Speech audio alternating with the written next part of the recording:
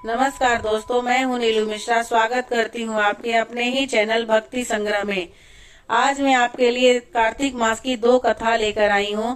अगर आपको इस कथा का पूरा फल प्राप्त करना है तो इस वीडियो के अंत तक बने रहें और जो भी मैं कहानी बता रही हूं उसको सुने। कार्तिक स्नान और कार्तिक मास की कथा की पुराणों में बड़ी महिमा बताई गई है। तो आइए जानते हैं कार्तिक मास की कथा या कार्तिक मास की कहानी। तो चलिए आइए वीडियो की शुरुआत करते हैं। एक पौराणिक कथा के अनुसार किसी गांव में एक बुजुर्ग महिला रहती थी। वह कार्तिक मास का व्रत रखा करती थी। उसके व्रत खोलने के समय भगवान श्री कृष्ण आते और खिचड़ी का रख के चले जाते। बुजुर्ग महिला के पड़ोस में एक औरत रहती थी। वह बुजुर्ग महिला को देखकर ईर्ष्या करती कि इनका कोई नहीं है, फिर भी इसे खाने के लिए खिचड़ी मिल ही जाती है। एक दिन कार्तिक महीने का स्नान करने बुजुर्ग महिला गंगा नदी पर गई। पीछे से भगवान श्री कृष्ण उनके लिए खिचड़ी रख दिए। पड़ोसन ने जब खिचड़ी का कटोरा रखा देखा तो वह कटोरा उठाकर घर के पीछे फेंक आई। कार्तिक स्नान के बाद बुजुर्ग महिला ने घर आकर देखा कि आज खिचड़ी का कटोरा नहीं है, वह भूखी ही रह गई। पड़ोसन ने जहाँ खिचड़ी गिराई थी वहाँ एक पौधा उगा जिसमें 2 फूल खिले। एक बार राजा उस नगर से निकल रहे थे तो उनकी नजर उन दोनों फूलों पर पड़ी। वो उन्हें तोड़कर घर ले आए। घर आकर उन्होंने वह फूल रानी को दे दिए, जिन्हें सूंघने पर रानी गर्भवती हो गई। कुछ समय बाद रानी ने 2 पुत्रों को जन्म दिया। जब दोनों बड़े हो गए तब वह किसी से भी बोलते नहीं थे, लेकिन जब वह दोनों शिकार पर जाते तब रास्ते में उन्हें वही बुजुर्ग महिला मिलती जो अभी तक भी यही तक कहती कि कहाँ गई मेरी कटोरी और कहाँ गया मेरा खिचड़ी। बुजुर्ग महिला की बात सुनकर वह दोनों कहते, हम है तेरी खिचड़ी और हम है तेरा कटोरा। हर बार वह शिकार पर जाते तो बुजुर्ग महिला यही बात कहती और वह दोनों वही उत्तर देते। एक बार राजा को ये बात पता चली। उसे आश्चर्य हुआ कि दोनों पुत्र किसी से बात नहीं करते तो इस बुजुर्ग महिला से कैसे बात करते हैं। राजा ने बुजुर्ग महिला को राजमहल बुलवाया और कहा कि हमारे पुत्र हमसे बात नहीं करते तो तुमसे यह कैसे बोलते हैं। बुजुर्ग महिला ने कहा कि मुझे नहीं पता कि ये कैसे मुझसे बोल लेते हैं। मैं तो कार्तिक का व्रत करती थी और भगवान श्री कृष्ण मुझे खिचड़ी का कटोरा भरकर दे जाते थे। एक दिन मैं कार्तिक स्नान कर वापस आई तो मुझे वह खिचड़ी नहीं मिली। जब मैं कहने लगी कि कहाँ गई मेरी खिचड़ी और कहाँ गया मेरा कटोरा, तब इन दोनों लड़कों ने कहा कि तुम्हारी पड़ोसन ने तुम्हारी खिचड़ी फेंक दी थी तो उसके 2 फूल बन गए। वह फूल तोड़कर राजा घर ले आए और रानी ने सूंघा तो पुत्रों को जन्म हुआ। हमें भगवान ने तुम्हारे लिए भेजा है। सारी बात सुनकर राजा ने बुजुर्ग महिला को महल में ही रहने का आदेश दिया। जैसे आपने बुजुर्ग महिला की बात सुनी वैसे ही ये कथा सुनने वाला और व्रत करने वालों का भी बात सुनना।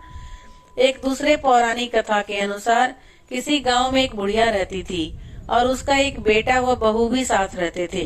कार्तिक का महीना आया तो बुढ़िया ने बेटे से कहा वह कार्तिक स्नान के लिए जाएगी और 1 महीने वहीं रहेगी। यह सुनकर उसके बेटे ने अपनी पत्नी से कहा, माँ के लिए 30 लड्डू बनाकर दे दो ताकि वह पूजा पाठ कर कुछ खा सके। बहू ने गुस्से में आकर 30 लड्डू बनाकर दे दिए। बुढ़िया नदी के किनारे कार्तिक स्नान को गई। वहीं एक किनारे पर झोपड़ी बनाकर रहने लगी। बुढ़िया रोज सवेरे उठकर स्नान करती और जैसे ही एक लड्डू निकालकर खाने लगती तो हनुमान जी बंदर के रूप में आते तो बुढ़िया वह लड्डू खुशी से बंदर को दे देती। इस तरह से कार्तिक का पूरा महीना बीत गया और सभी 30 लड्डू हनुमान जी बंदर के रूप में खा गए।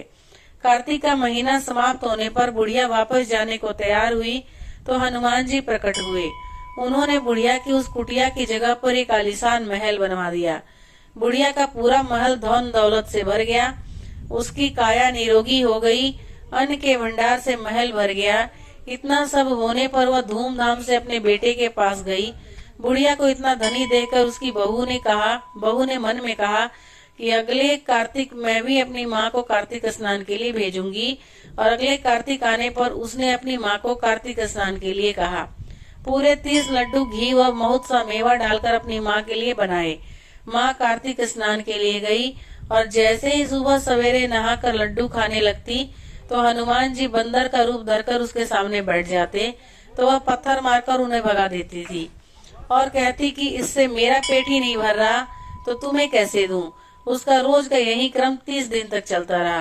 कार्तिक का महीना समाप्त हुआ तो हनुमान जी फिर से प्रकट हुए और उन्होंने बहू की माँ की कुटिया को कूड़े कचरे में बदल दिया और माँ को डूकर बना दिया। कार्तिक महीना समाप्त होने पर बहू ने भी अपने पति से कहा कि कार्तिक का महीना खत्म हो गया है, आप मेरी माँ को गाजे बाजे के साथ लेकर आओ। लड़का अपनी सास को गाजे बाजे के साथ लेने गया तो वहाँ देखता है कि कुटिया की जगह कूड़े का ढेर लगा हुआ है और उस पर उसकी सास डुक्कर बनकर बैठी है। लड़के को देख हनुमान जी प्रकट हुए और बोले कि बेटा, तुम्हारी माँ के सच्चे मन से कार्तिक का स्नान किया और पूजा पाठ किया है, इसलिए ही तुम्हारी माँ पर कार्तिक देवता का आशीर्वाद बरसा था। लेकिन तुम्हारी सास ने पापी मन से यह कार्य किया और कार्तिक महीने में बेटी के घर का अन्न खाया है, इसलिए कार्तिक देवता इनसे नाराज हो गए, जिससे ये डुक्कर बन गई है। कहानी के बाद हाथ जोड़कर कहना चाहिए कि हे कार्तिक देवता, जैसे आप लड़के की माँ पर बरसे वैसे ही आप सभी पर बरसना। तो दोस्तों, कार्तिक मास की ये दोनों कथाएं आपको कैसी लगी मुझे कमेंट करके जरूर बताइएगा। आशा करती हूँ कि ये कथा आपको अच्छी लगी होगी। अगर ये कथा आपको अच्छी लगी तो कमेंट करके जरूर बताइएगा। ये सूचना सिर्फ जानकारी और मान्यताओं पर आधारित है जो मैंने आप तक पहुंचाने की कोशिश की है। अगर आपको मेरी दी हुई जानकारी और कथा अच्छी लग रही है तो मेरे चैनल को जरूर सब्सक्राइब कीजिएगा। धन्यवाद। अगर मेरी दी हुई जानकारी और कथा आपको अच्छी लग रही है